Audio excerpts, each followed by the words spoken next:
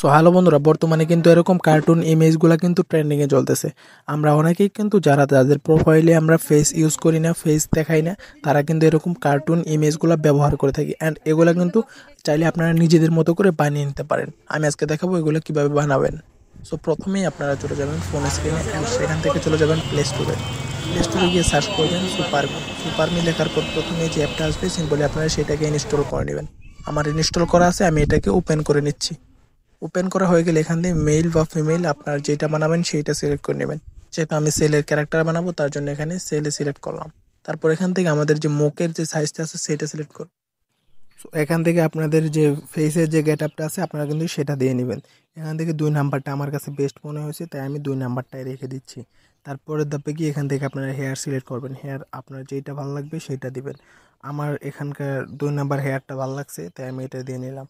আর এগুলো কিছু দেওয়ার দরকার নেই, আপনার যদি ভালো লাগে তাহলে আপনারা দিয়ে নিতে পারেন।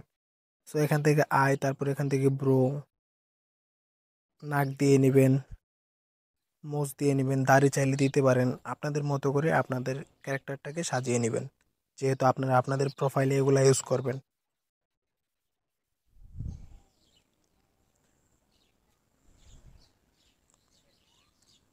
এখান থেকে টি শার্ট হলো আপনার মেন। আপনার সুন্দর একটা টি শার্ট সেট করে নেবেন এখান থেকে।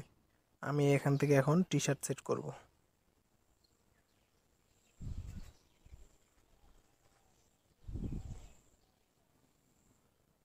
অ্যান্ড এখান থেকে আপনারা কালার সিলেক্ট করবেন। কালার যদি আপনারা আপনার মতো করে অ্যাডজাস্ট করতে চান, এখান থেকে এই জায়গায় গিয়ে আপনারা আপনাদের মতো করে কালারটা সিলেক্ট করে নেবেন অ্যান্ড সেখান থেকে আপনারা কালারটা অ্যাডজাস্ট করে নেবেন। সো আমি আমার মতো করে একটা কালার অ্যাডজাস্ট করে নিচ্ছি এখান থেকে।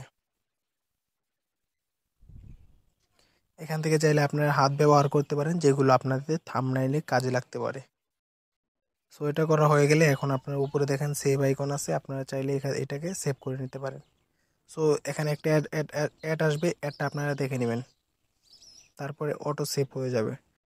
আর যদি আপনারা চান এরকম একটা ফটোকে এরকম অ্যাভাটার ভিডিওতে কনভার্ট করবেন, তাহলে আপনারা চাইলে আমার ইউটিউবের এই ভিডিওটা গিয়ে দেখে আসতে পারেন। ধন্যবাদ।